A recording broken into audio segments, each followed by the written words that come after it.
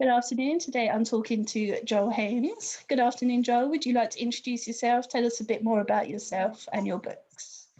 Hello, my name is Joel Haynes. I am a writer of crime fiction. I've got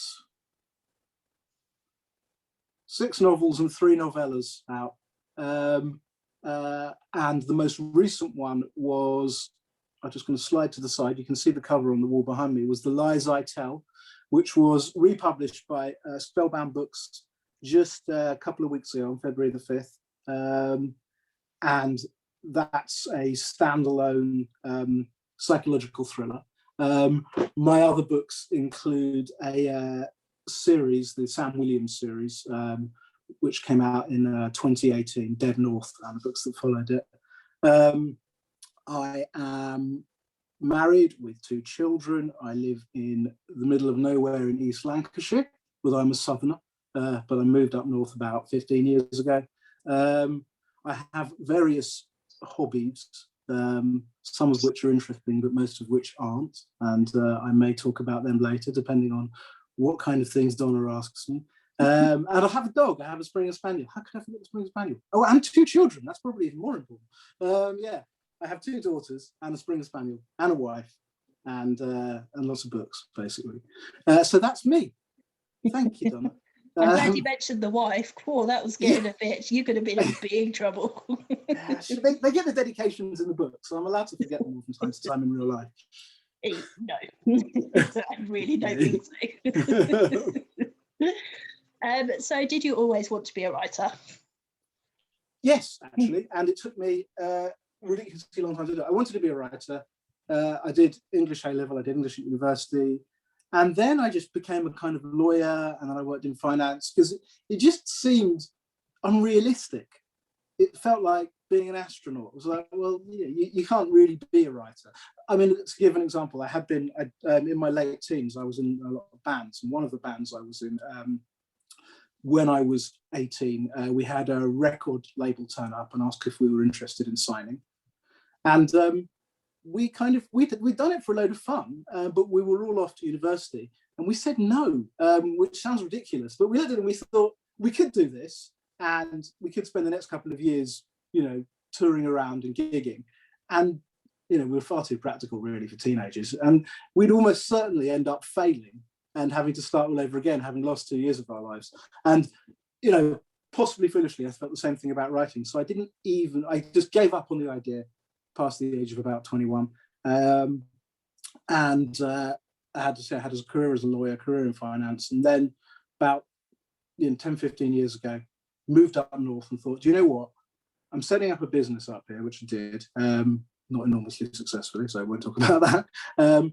While I'm doing that, I will write, because I've always wanted to, and I can, and I've got a little bit of time. I had a toddler our oldest daughter was a toddler at the time, but I've got the time to do it. So I wrote my first book, which was a thinly veiled account of my time working in the city, with a bit of kind of fraud and crime and murder, which didn't really happen in real life, thrown into it.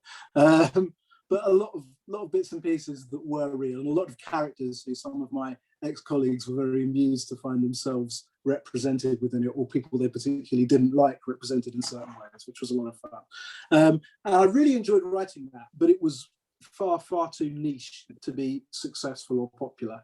I had an agent at the time, funnily enough. An agent actually took that on.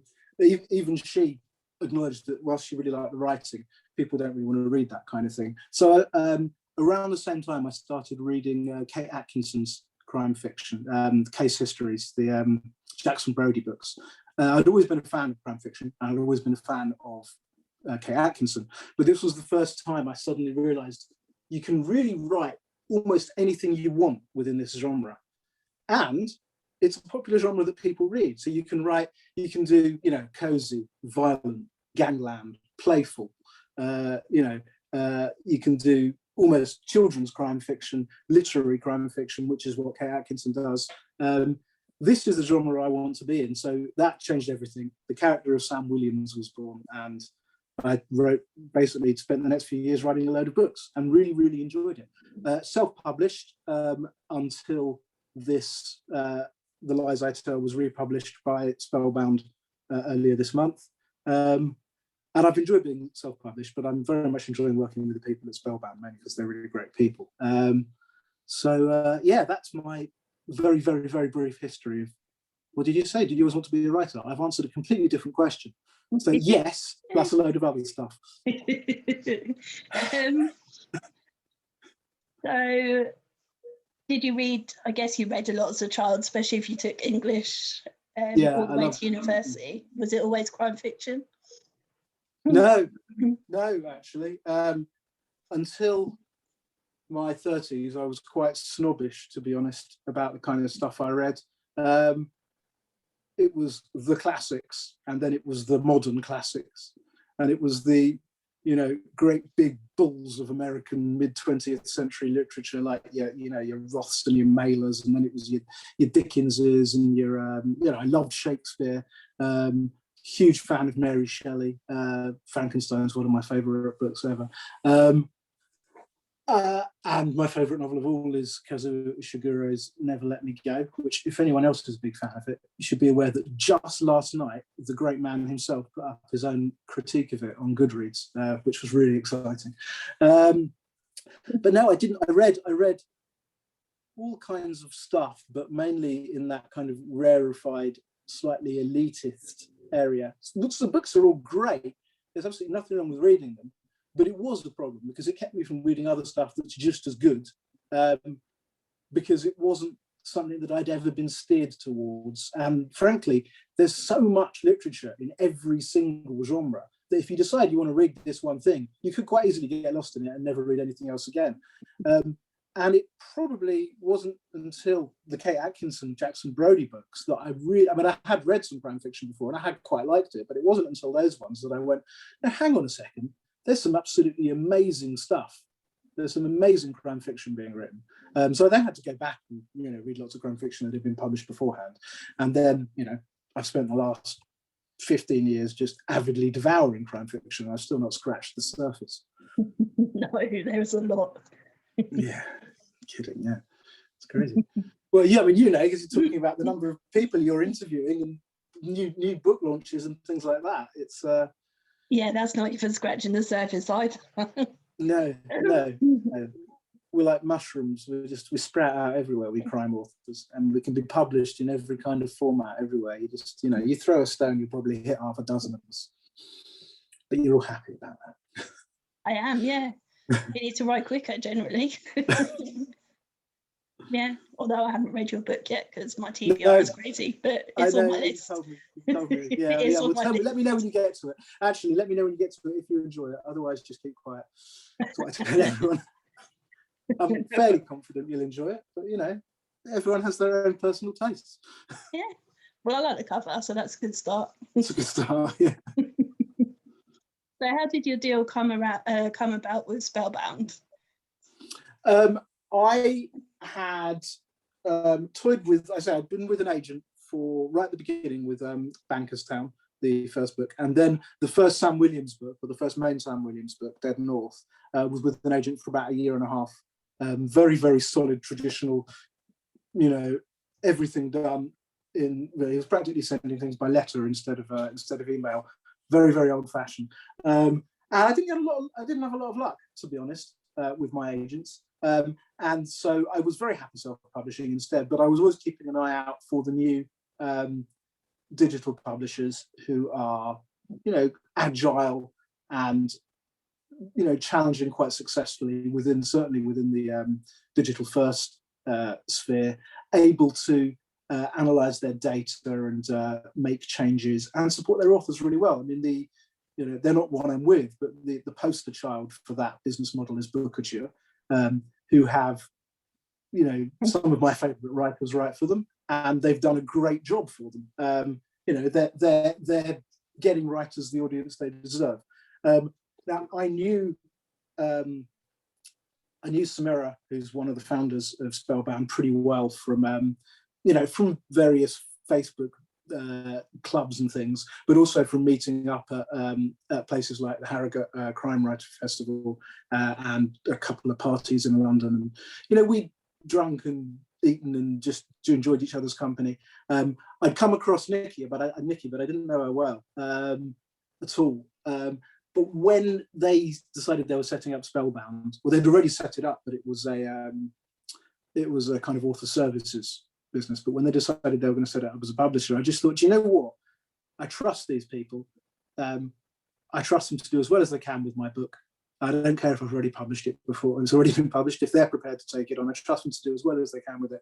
And knowing the people before I signed with them, for me, it was a no-brainer. If they wanted a book, they were going to have it, basically. Simply because it's the most important thing is trust. It's something I've written. I want it to be treated well.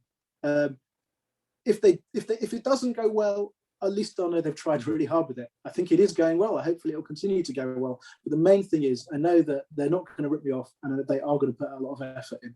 And frankly, and frankly, they have quite a bit of expertise between them now. Samira's worked in the industry for a while, and Nikki has been associated with the industry for really for quite a long time, and was one of the instigators of Home Noir, really knows the business back to front. So they've got the expertise, and they're honest, and they're going to work hard.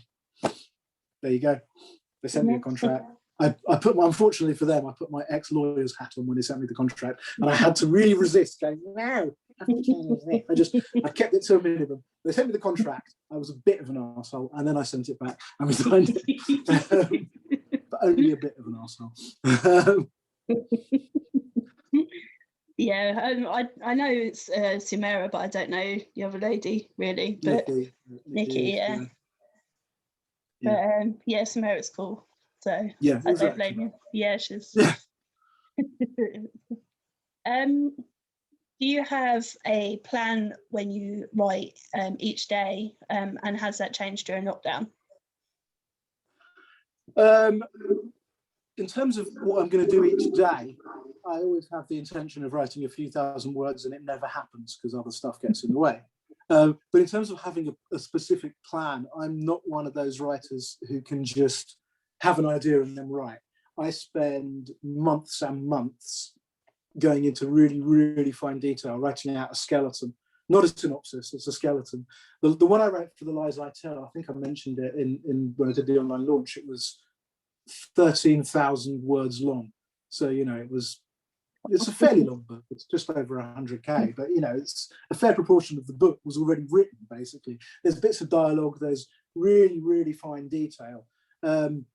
Because once I've got that down, I can sit there, I can print it out, and then I can type away, and I can get through, on a good day, 5,000 or 6,000 words. Now that rarely happens.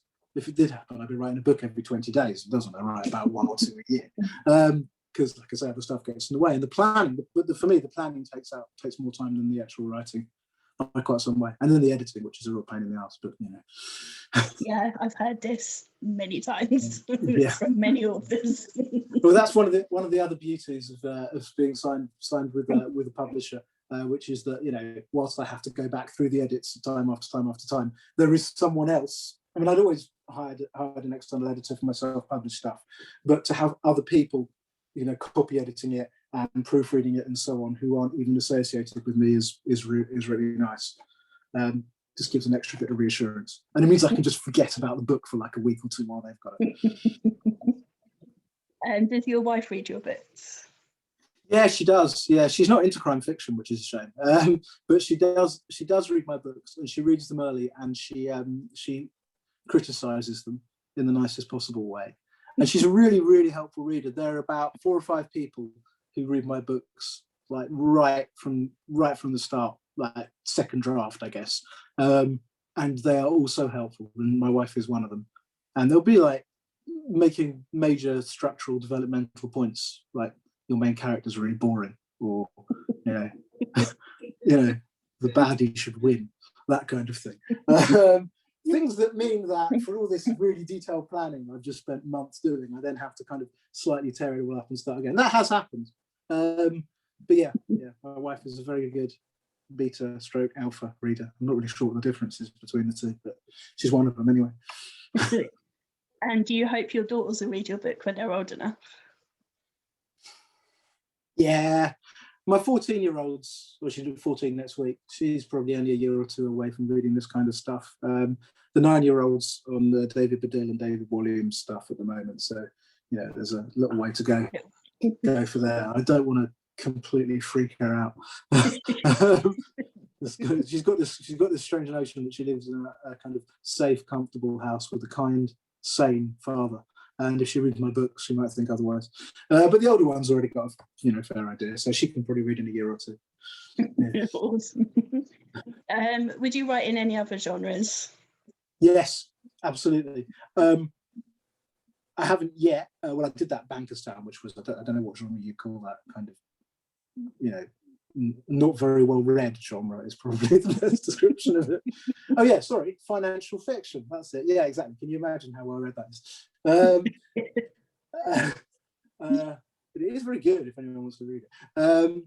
But yeah, I'd absolutely write in other genres. If I had the idea, I'd do it. I've got a one of the first books I wrote. In fact, the first book I wrote after Bankerstown was a sci-fi, dystopia, conspiracy theory, da-di-da-di-da type thing, which I wrote completely and then decided not to publish, not even to self-publish, mainly because I think, as with all genres, you do have to be quite dedicated to it. And I had not paid enough attention to one of the most important things in sci-fi and fantasy, which is the world building. So it was consistent, but it was thin. And I would quite like to publish this book one day, to go back and redo it, but it will be quite a lot of work because I will have to immerse myself in it and create something that really stands up to, being probed backwards and forwards time and time again. But yeah, so I'd write in any other genre if the idea came. Yeah. What's the most interesting thing you found out when researching your books? Oh, you put me on the spot there. Okay, right. I can tell you the least interesting thing I found out, because that's the longest piece of research I had to do. When my agent said to me, I don't believe this unconnected lawyer, Sam Williams, could get into a police interview with a suspect. I had to go through, I spoke to half a dozen cops and a couple of lawyers, and went through the Police and Criminal Evidence Act and the regulations associated with it backwards and forwards half a dozen times until I decided that they were going to turn the suspect into a vulnerable adult, and therefore Sam Williams was going to be playing the role of the person who is I've even forgotten what the legal term is, but the person who's there to represent his interests. Responsible adult. The responsible adult. Yes, yeah, I think, yeah. So you know this stuff. I do. So that, but just to work around how I could do it, how I could get him in, that was really dull. Interesting. Some of the stuff I researched over dark web stuff and some of the general identity fraud stuff. Most of it didn't come as a surprise. More of a surprise was just how frequent it is, how much. I suppose we're all subject to, every single day, we are all subject to dozens of attempts to get us to divulge our personal information by criminals, to criminals. And, there are 7 billion people in the world and however many billion on social media. So it shouldn't be a surprise that it hits, it does stick quite often. And they're more and more sophisticated. I mean, we've all had the phone calls from the Inland Revenue, which start off by saying, a warrant has been issued for your arrest. You've got an American accent, and you're saying things that don't even make sense in England. But then we have the slightly more complicated ones. Like I had, just after I had paid my self-assessment, the day after I paid it, I got a automated call purporting to be from the Inland Revenue saying, thank you. And I don't know how they got it because I didn't even pay it on the deadline. I paid it a week before, saying, thank you for your payment, that you are due a refund. Please press 1. And it wasn't true, and it was a scam. So I suppose just learning about how many people get affected by them and how much damage they can do, that was pretty horrible. I did quite a lot of literary research for the second Sam Williams book because one of the characters in it is an English professor and has certain obsessions with basically with people having their tongues severed, which is a feature going back to Ovid, but Shakespeare and a hell of a lot more as well. So I enjoyed that. Not the practical element of tongue severing, which I can tell you is quite hard work. But yeah, it's a muscle, isn't but the it? other stuff. Exactly. You really need something sharp, or some strong soaring action. No. I'm trying to remember what else. And I it bleeds. What was the third one? Yeah, and it bleeds. That's not bad.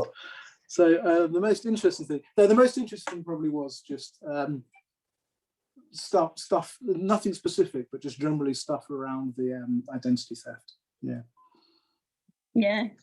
I've told you before, I'm doing a forensics degree, and we had one lecture on internet and stuff, crime, because it's just such a massive, it's a whole degree in itself. And basically they said I bet they it can't, is. can't police it. There's too much. We can't do it. So I was like, okay, great. That's comforting. Well, what you can do is just give people as much advice as they can to keep themselves safe. It really is as simple as that. And frankly, even when if someone's stung and they report it, the criminal's probably in a different country. But if they're not in a different country, they've taken the money and disappeared. They're a long way away. There's a very little chance of catching these people. But I did a bit of research for that into blockchain as well, which I found interesting, but immediately forgot all about, once I'd finished the book, because it was one of those surprisingly complicated, ideas that seem simple but become surprisingly complicated. So, oh, do you know what? There isn't room for that. I've got other things I'm writing now, so I'll do that instead. Yeah. What's been your favourite moment as an author so far? This interview. Followed by the live launch. I mean, it would have been better if it had been an actual in a bookshop or a bar or something like that. But the online launch we did for the Lies Hotel a couple of weeks ago, I didn't know how much I was going to enjoy that, and it may partly have been down to the toffee vodka that I was drinking during it, but I had an absolute blast there.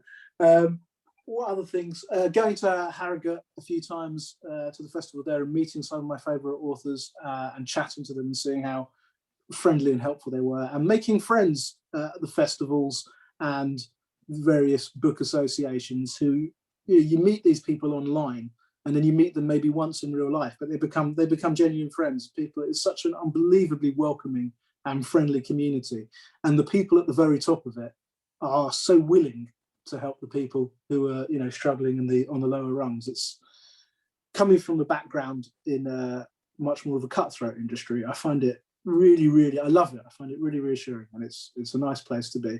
I've liked that. What other things? There have been some parties where me and another couple of authors have performed songs, because I play the piano a bit and I write music, so that's been fun. Comedy songs, obviously, nothing serious, God forbid. Any evidence of this anywhere? Any recordings?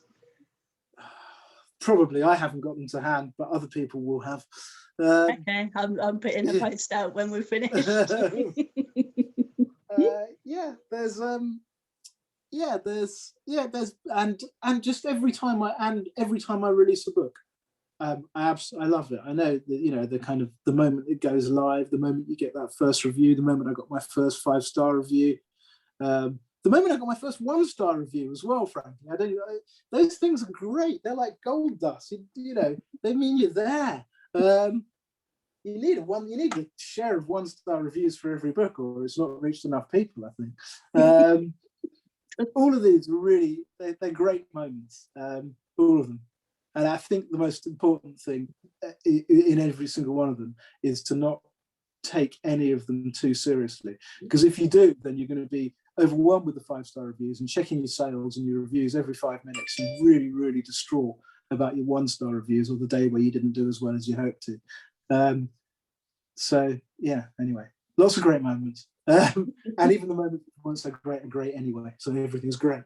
I got a job which I love. I write books, and I've always wanted to write books, so it's difficult for it to go badly wrong, to be honest. No one can fire me. My wife can tell me to get a proper job that pays more money, but no one else can fire me. Yeah, just your marriage is a risk, that's fine. Don't worry about that. And do you get a lot of feedback from readers? And have you noticed that it's increased during a lockdown or since you signed with Spellbound? But only some. I mean, The Lies I Tell only came out a couple of weeks ago, and I've had some lovely feedback in those last 2 weeks, actually. So yes, that has increased during lockdown. The first lockdown, those first few months, I think readership went up massively. I think a lot of people got stuck at home, or were stuck at home. A lot of those people thought there's nothing to do except read. A lot of those people bought Kindles who didn't already have Kindles or other devices they could read on. And sales and reviews, feedback, everything went through the roof. Then things slowed down towards the back end of last year, definitely, and everything went back to normal or even subnormal. But it's all back up again now for me anyway. Which is nice. And I love getting feedback from readers. I love getting reviews, obviously. Like I say, even the 1-star ones, they can be quite funny. And I particularly love the 5-star ones. But I love getting direct messages from readers. And I have a newsletter, which I tend to very, very infrequently, which is absolutely terrible of me. There's a couple of thousand people on it, I think. I send out an email when I remember to. I try and make it fun. And I get loads of replies, and I absolutely love that. And from that, I develop relationships with people who read more of my books and tell me things about them that things on my books have reminded them of something in their lives, not the murder and like, not all that kind of stuff, but just like, I know that place, for instance. That's far better than I also have my throat slit. There's. So yeah, I love all that, and obviously on social media, getting comments from people. Amazing thing happened yesterday. So there's one of my books is in a bundle at the moment. I think it's just about to come to an end, where with another bunch of authors, Dead authors, in a bundle, and you can get the book cheap. And someone on Twitter saw it and wrote to me saying they'd read it. And they've read all the Sam Williams books. Is there another? They've got any more books? So I told her, this was just 2 days before The Lies I Tell came out. So it was republished. So I told her, yeah, The Lies I Tell's out in 2 days. So she started reading it, and she got back in touch with me last night. Now, one of the main features of The Lies I Tell is a painting called Boulder, Colorado. And she tweeted me last night and said, I live in Boulder, Colorado. I really, really want to see this painting. So it's like, it's a shame it's fictional. It's like, haha, it's not fictional. It's real. It's in my living room. I bought it in a cafe 20 years ago. And I took a photo. Here it is. So that was just a lovely little coincidence. I really enjoyed that.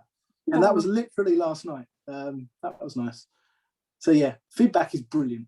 It's the best thing. It's because you send a book out there, and you have the data of where it's charting and the reviews, but it's seeing something more personal, getting something more personal from people is absolutely wonderful. It's the reason, one of the main reasons we do it, or one of the main reasons I do it. I love it. Yeah, that's something I've been trying to encourage by doing this and by my page, actually, is to try and get people to contact authors more, to not be scared and not to think they're bothering them because they love it, because they're insecure little beasts that need a little ego boosting every now and then, or we every need to hour. be carefully stroked. Yeah, we need to be careful. We need to have our egos carefully stroked. And there are authors out there who don't want to be bothered, but they're very few and far between, and they usually make it clear. And I'm sure, when I've sold 750 million copies, I'll be saying, piss off, I don't need to do with you. I'm still going to message you anyway. I'm going to message you daily. Yeah, exactly. Remember me. Well, since that will never happen. You never know. You can't say it. No. But anyway, it's like most. I don't know personally any authors who resent getting contacted by readers, except kind of there are the angry political readers. Now, when I launched a book in 2015 called The Art of Staying Dead. And it's now kind of down as being the Sam Williams prequel, Sam Williams Book Zero. And it was a kind of jailbreak and a down on his luck lawyer and a conspiracy and a civil war in a remote African country and diamonds and chemical weapons and da-da-da-da-da-da. The main thing was the front cover was a photo of a guy pointing a fist with a gun in it, pointing at the reader. Which is the kind of thing that Amazon actually probably wouldn't allow me to do now. It seemed so innocent at the time. It's only 6 years ago. But I don't think Amazon would allow it, and Facebook certainly wouldn't allow it to be advertised. but they did. And as a result, to my surprise, I developed quite a big following amongst, really obsessive gun rights activists in America. And a lot of them got in touch with me, commiserating with me for having to live in such a shit country as England, where we can't all go around with AK-47s blowing each other up. So that was the kind of feedback that it was a little disconcerting, because these people were all a few thousand miles away, but they also all had guns. So, it's a bit of 6 of one, half a dozen of the other. All other kinds of feedback are good. Even I didn't like the book, that's fine. Have you got your own stalker yet? You haven't made it till you've got your own stalker. I have people who, probably not, I don't know. I don't think any of the stalkers. I have people who email me quite regularly out of the blue.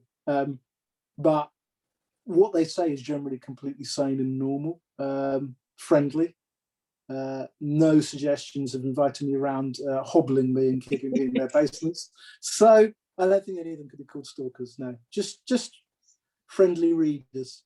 I don't know what there's a certain point where a friendly reader shades into a stalker, but I don't think I'm even.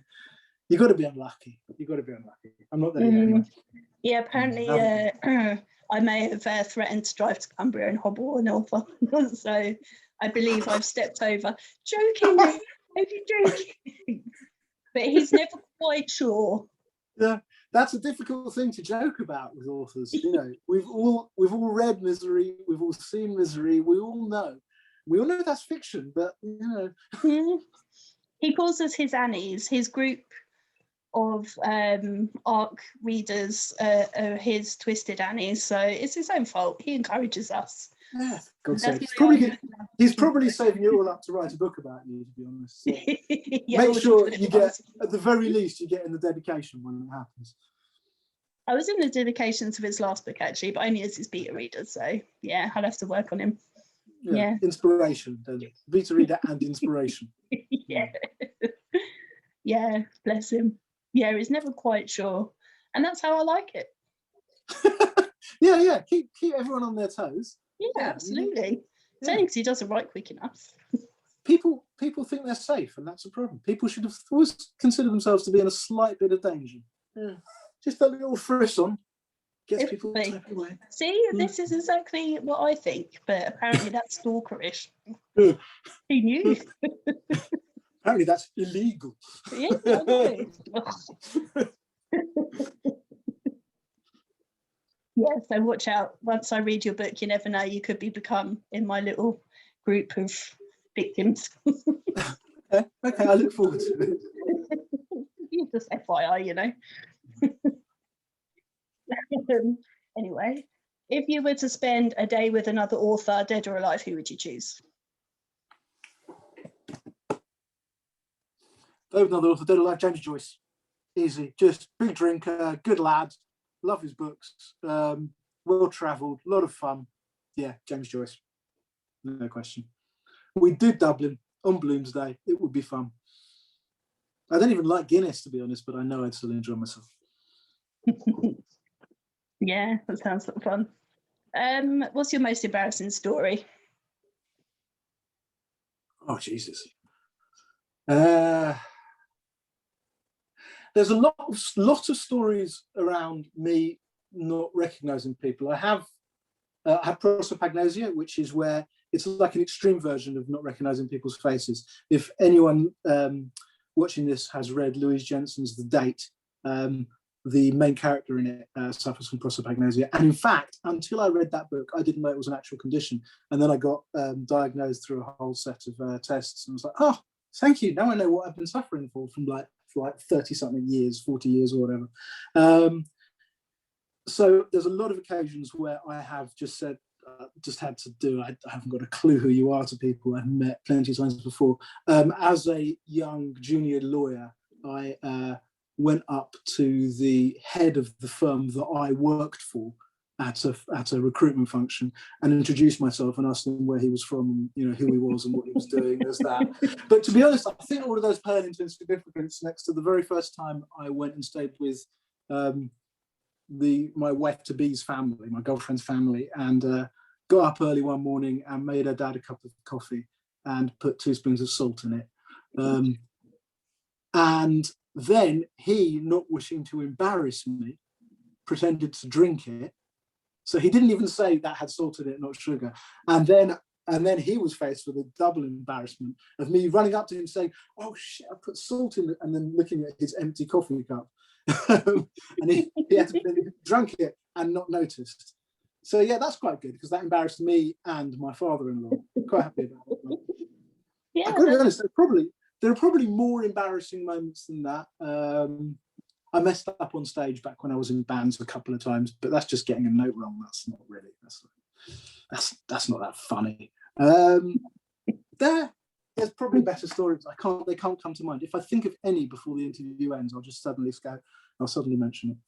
awesome.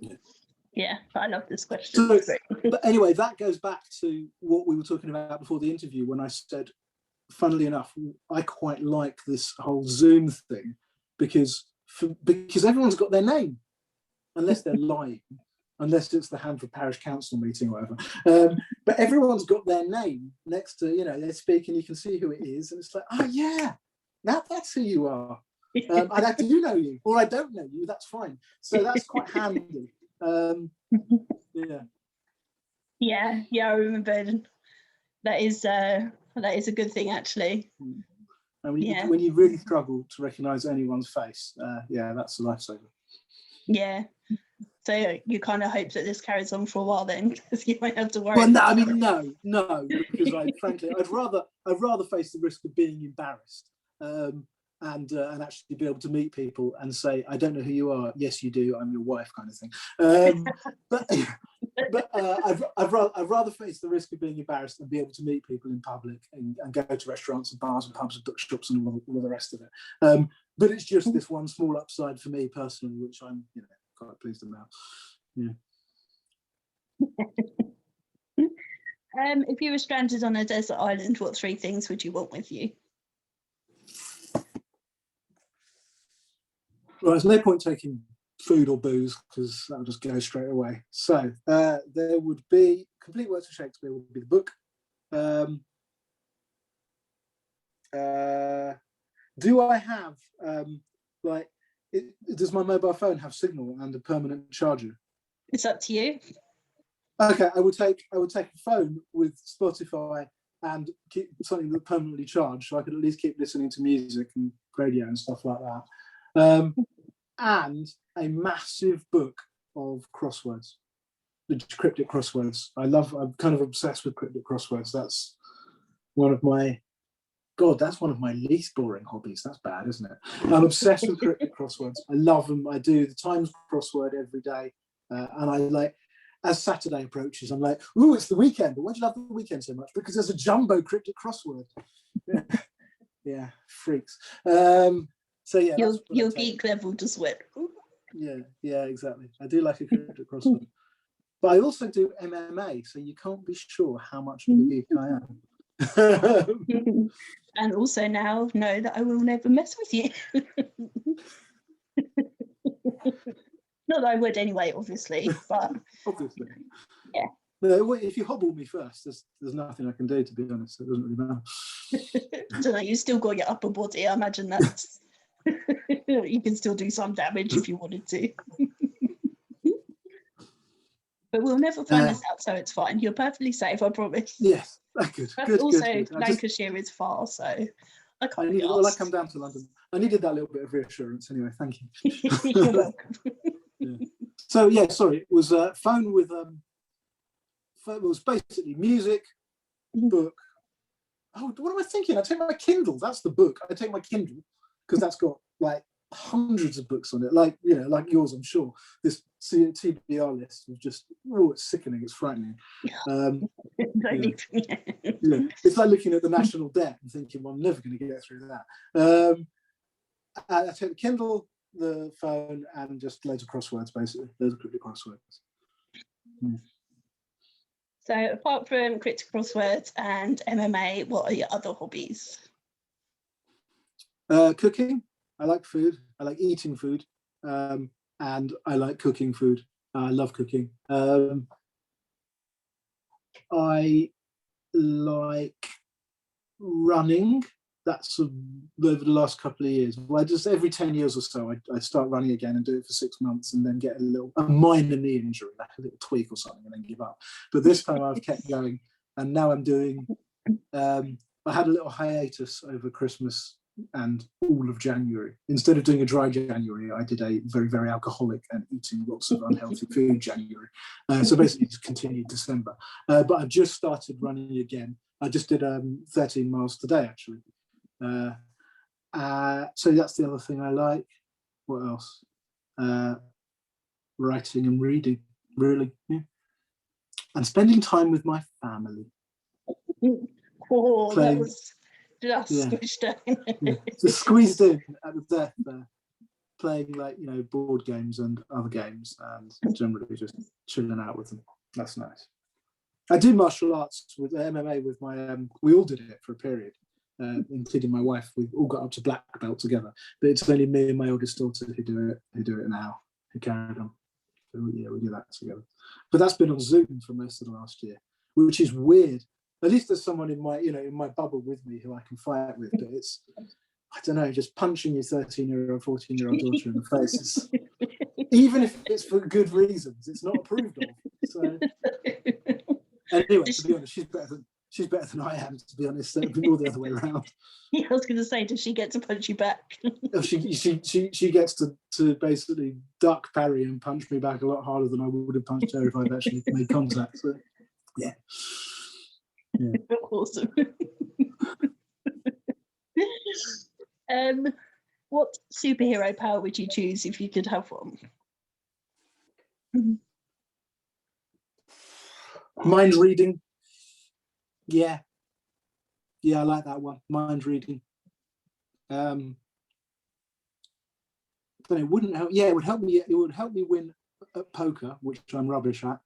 So I'd become instantly the best poker player in history. And it would also just be really fun. It would be both useful and fun. And it's one of those ones that you could use without everyone knowing you're using it. So if it's like super strength or whatever, or flying, the first time you do it, everyone's like, oh, he's got a superpower, and your cover is blown. But mind reading, I can go through my entire life just being a sneaky bastard who knows what you're thinking. Yeah, so don't ever read my mind. You don't want to go in there. Yeah, no, to be clear, I don't actually have that power. Yeah. Just, no one needs to go in there. For the avoidance of that, in case it ever happens. Yeah, exactly. You never know. Science and stuff. Exactly. Yeah. If you were to invite 4 famous people to a dinner party, who would you invite? Okay, I'm not going to say James Joyce again because I've had my day out with him. Can they be alive or dead? Or yeah, it's up to you. It's your dinner party.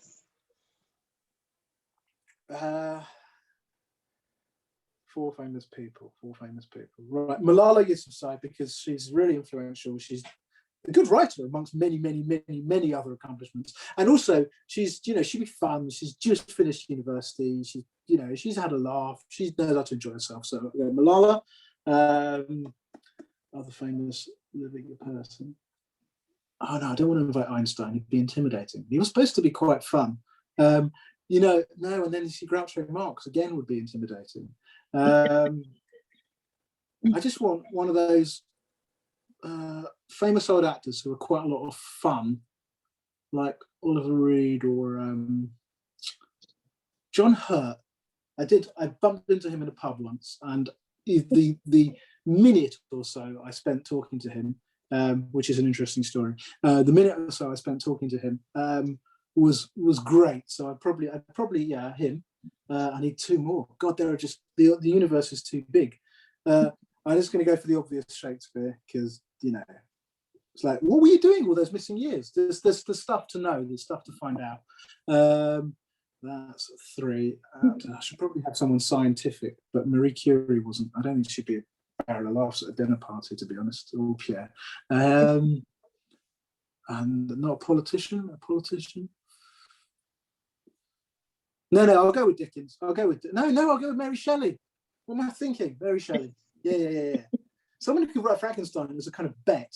that's quite cool actually. So that's winning and writing a great book. Yeah, I go with that. That'll be fun. That'll be an interesting dinner party, I think. Yeah, it would be. You'd learn lots.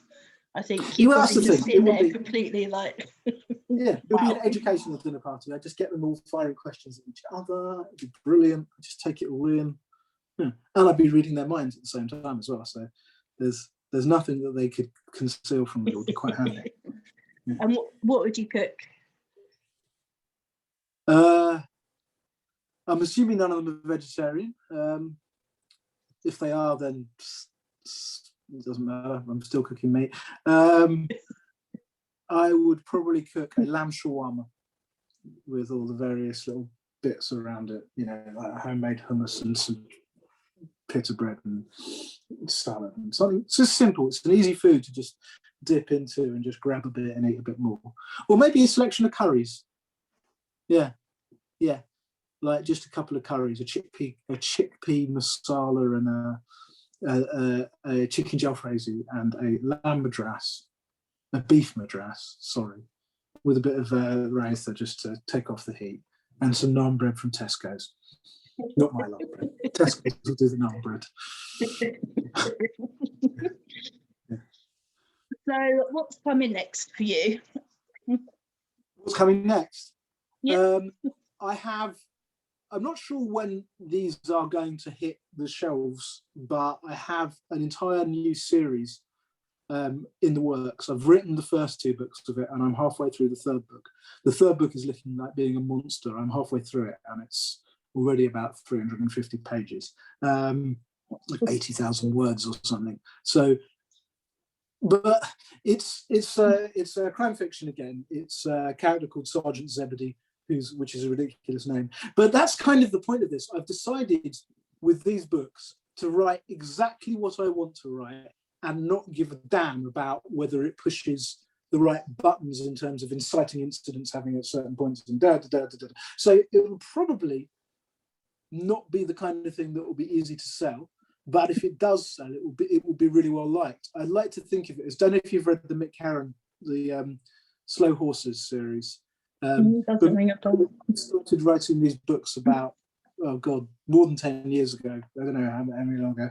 And anyone who read them absolutely loved them, but they're very, they're spy thrillers, but they're very, I want to say literary, but that's not even right either. They're written in a kind of playful, intelligent, really, really idiosyncratic, really unique style. So obviously my style isn't like that, but the point being, I love the playfulness of it. I love the fact that it's fun, that he just chooses at random times to address the reader or not address the reader, that at certain periods you're in a certain character's mind, and then without any warning, you're in a completely different character's mind and seeing things from the opposite perspective, which can be a source of great comedy, or it can be a source of great, tragedy or horror.